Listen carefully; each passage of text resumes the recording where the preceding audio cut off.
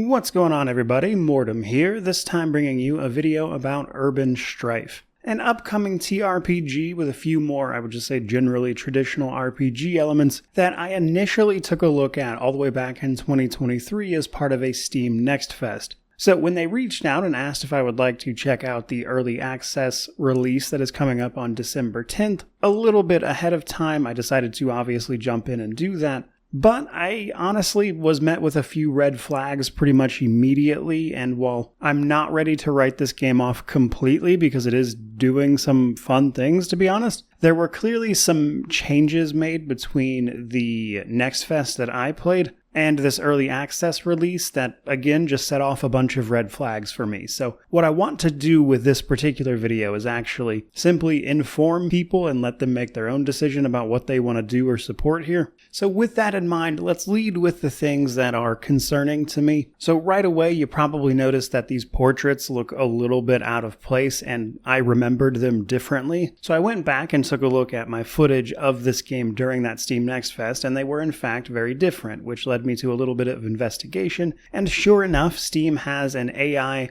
generated content disclosure over on their Steam page, and for whatever reason, they decided to change the original portraits to these AI-generated versions, which I'm honestly just not a fan of blanketly, especially since the previous portraits actually made more sense. They looked more in line with the art style here, which makes it feel like an odd choice. Now, the other thing that is concerning to me is that, honestly, they have seemingly, at least over on Steam discussion forums, been avoiding some questions or giving them proper answers, I should say, including the early access info page on their Steam page as well. So, as an example, a common question for that is, will the game be priced differently now and then after early access? And their answer to that and questions about exactly this on the discussion forum was that they have no plans to increase the price during early access, which isn't really an answer. And when questioned, specifically about that, they still didn't actually provide a clear answer there, which is more than enough for me, as I mentioned, to simply be very wary of this game. And given that I've actually seen people talking about it, I just wanted to put that stuff out there. Especially because once you get past some of that, there actually does seem to be a decently promising turn-based RPG behind this. So let's talk about it. Now, if you haven't seen from on screen, this is obviously a zombie apocalypse sort of situation. We play a mysterious CDC patient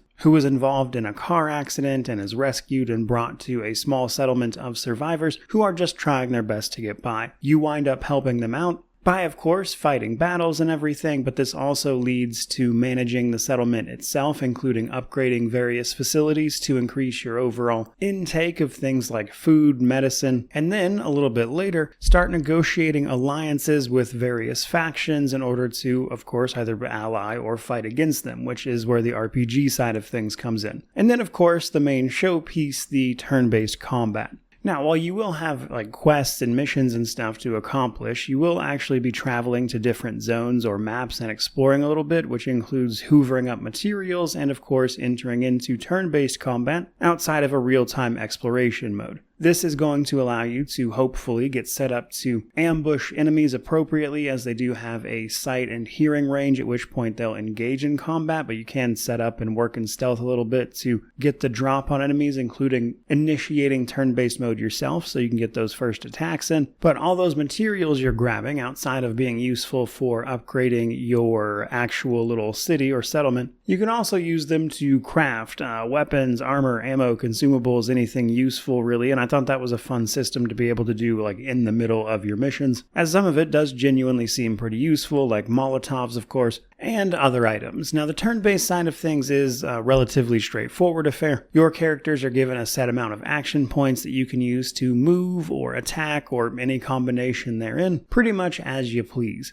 There's a whole host of different weapons. They all have different firing modes, ranges, AP costs, etc. Your characters can utilize the cover system, but also a stance system that determines, are you running, crouched, stealth, etc., and how that affects your interaction with cover as well, which I thought was neat. And they've even implemented swarm AI for where smaller enemies will all act at the same time to try to speed things up, which is honestly kind of bizarre inclusion, as the rest of the game seems to not have a proper speed up mode, and it could really use one. But I would say it feels pretty good for what it is, especially the things like the melee weapons, and the fact that with pretty much any weapon, you can target various parts of the enemy's body to, of course, perform extra effects like making enemies bleed or just, instant killing them if you get really lucky. And that's all before you start talking about factions and how they interact with like special buildings you can apparently get for your settlement and stuff. And all in all, I would say that this early look at this game's early access upcoming just left me conflicted mostly, because there does seem to be a pretty solid game here,